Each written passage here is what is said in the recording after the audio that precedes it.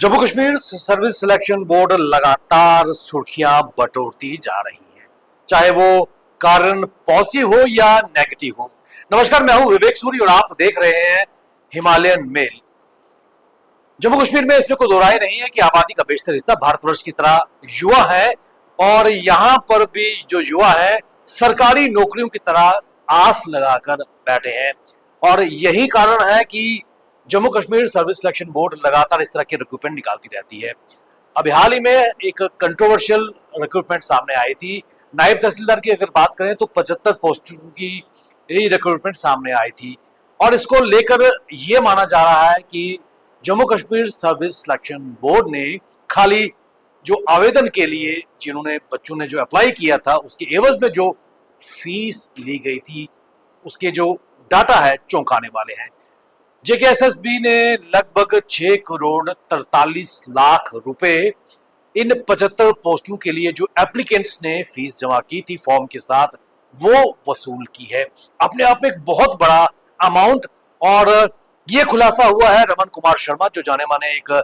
RTI activist हैं, उन्होंने ये एक एप्लीकेशन फाइल की थी और उसमें ये डाटा खासकर जेकेएसएसबी से मांगा था। और आपको बताते चले कि इन 75 पोस्टों के लिए अगर देखा जाए तो जनरल कैटेगरी के लिए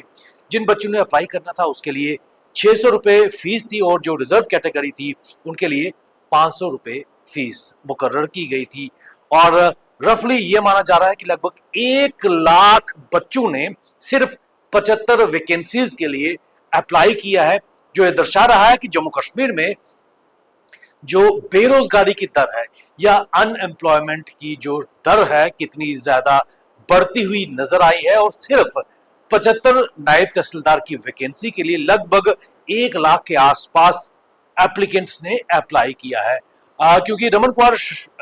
जो है आरटीआई एक्टिविस्ट, उन्होंने इस एप्लीकेशन में ये भी जानने का प्रयास किया था, डाटा मांगा था कि कितने नंबर ऑफ एप्लीकेंट हैं जिन्होंने इन पोस्टों के लिए अप्लाई किया था। और ये जो उनकी एप्लीकेशन थी जब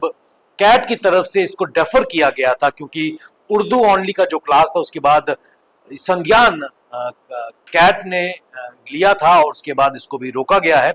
और जम्मू कश्मीर एसएसबी की तरफ से उनको इसका डाटा नहीं दिया गया। लेकिन अपने आप में चौंकाने वाले ये आंकड़े सामने आ रहे हैं क्योंकि बेरोजगारी की दर यहाँ इतनी बढ़ गई है क्योंकि 75 पोस्टों के लिए लगभग 1 लाख लोगों ने अप्लाई किया है, जो चौंकाने वाले आंकड़े हैं। और इन पोस्टों की एप्लीकेशन की जो फीस है वो टोटल 6 करोड़ 43 लाख 28,400 रुपए जेकेएसएसबी ने वसूली है और मुनाफा खाली फॉर्म्स की एप्लीकेशन फीस के रूप में सामने आया है। और सबसे महत्वपूर्ण बात, जो युवा जिन्होंने अप्लाई किया है बेरोजगार हैं,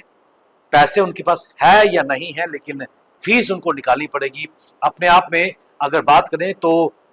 जम्मू कश्मीर एसएसबी हमेशा सुर्खियों में रहती है और अभी कुछ दिन पहले जेई इलेक्ट्रिकल की जो पेपर थी, पेपर लीकेज की तस्वीरें सभी ने देखी हैं और जेकेएसएसबी की जो कार्य प्रणाली है उस पर एक बहुत बड़ा प्रश्न चिन्ह इस तरह के मामले सामने आते हैं क्योंकि ये पहला मौका नहीं है जब एसएसबी के जो पेपर्स हैं वो कहीं ना कहीं विवादों के घेरे में फंसते हुए नजर आते हैं। और अभी हाल ही में जो तस्वीर देखने को मिली, किस प्रकार पेपर लीक की तस्वीर सबके सामने आई है और जो लोग बड़ी मेहनत के साथ इन एग्जाम्स की तैयारी करते हैं वो अपने आप को ठगा हुआ महसूस करते हैं। कई युवक ऐसे हैं पिछले कई सालों से इन एग्जाम्स की इंतजार करते हैं, फॉर्म भरते हैं और किस प्रकार वो एप्लीकेशन फीस निकाल के ये फॉर्म भरते हैं। उसके बाद जब पेपर लीक होता है या फिर ये एग्जाम्स विवादों के घेरे में चले जाते हैं तो एक मायूसी उनके अंदर चली जाती है। लेकिन उसके बिल्कुल उल्ट जेकेएसएसबी इन एप्लीकेंट से मोटा मुनाफा कमाती हुई नजर आ रही है। 6 करोड़ 43 लाख 28,400 रुपए 75 नायब तहसीलदार की वैकेंसियों के लिए लगभग 1 लाख बच्चों ने अप्लाई किया है और ये एक मोटा मुनाफा जम्मू कश्मीर एसएसबी को मिला है। और उम्मीद ये की जानी चाहिए कि इन बच्चों के साथ इंसाफ हो जो अपने हार्ड अर्न मनी, अपने परिवार के हार्ड अर्न मनी को एप्लीकेशंस के रूप में यूज तो करते हैं लेकिन क्या वो एग्जाम्स अपने अंतिम चरण तक पहुंच पाते हैं, ये एक बहुत बड़ा प्रश्न चिन्ह है। कमेंट बॉक्स में Jammu Kashmir service selection board की कार्य प्रणाली पर आप भी कमेंट कर सकते हैं, अपनी राय दे सकते हैं और ताजा अपडेट के लिए बने रहिए हिमालय मेल के साथ।